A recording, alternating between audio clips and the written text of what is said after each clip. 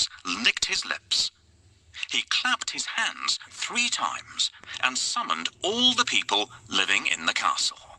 The ogre is no more, Puss announced. Will you accept Lord Marquis of Carabas as your master? He is kind and just, good and generous.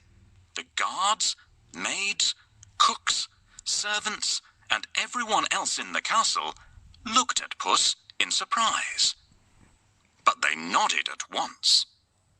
They had never really liked the ogre anyway. Puss ordered everyone to prepare a feast for Lord Marquis and his very special guest, the king himself.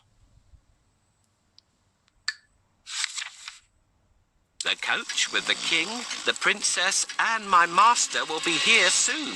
I have to wake up the ogre right away. What? Who woke me up? What are you doing here, cat? How dare you disturb me? I have heard that you are a master of magic and can turn into any animal. Is that true? That's true indeed. I can prove it if you have any doubt. I would like to see. Can you do it? Remember, if the ogre turns into an elephant, he could break up his castle, and then my master gets nothing. Turn into a lion, please. No problem. Oh, how scary. Enough. I believe you. I really believe you now. Well, did I prove how great I am? Indeed, indeed. But if I ask you to turn into a tiny mouse, I bet you'll not be able to do it. That's so easy. Watch me. Help me catch this mouse before it turns into an ogre again.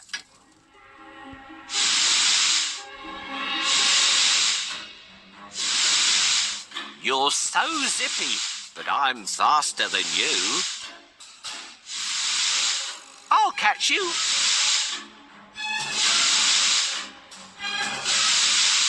You can't. Hooray! Now my master owns this castle. I'm smart and handsome. I'm the one and only Puss in Boots.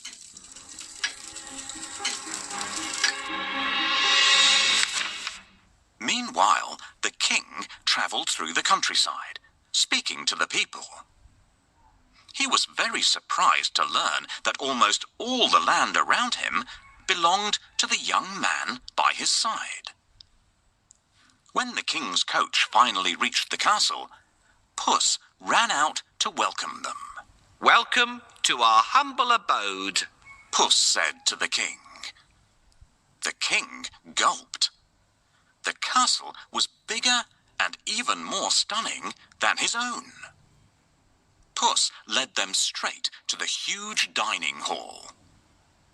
The table groaned with the weight of roast chicken, rabbit stew, mince pies, smoked duck, and hundreds of other dishes. The king was in 7th heaven.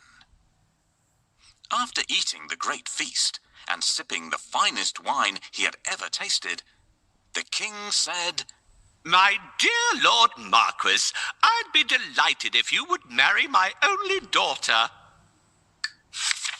Marquis smiled at the princess. I will if the princess wishes to live with me, said Marquis shyly. The princess was so happy that she wanted to dance all around the castle. She blushed in delight and nodded. They married and lived happily ever after. And so did Puss, because loyal Marquis made him a lord of the castle. Puss enjoyed great feasts every day, and did not go after rats or mice any more, except now and then, when he wanted some fun.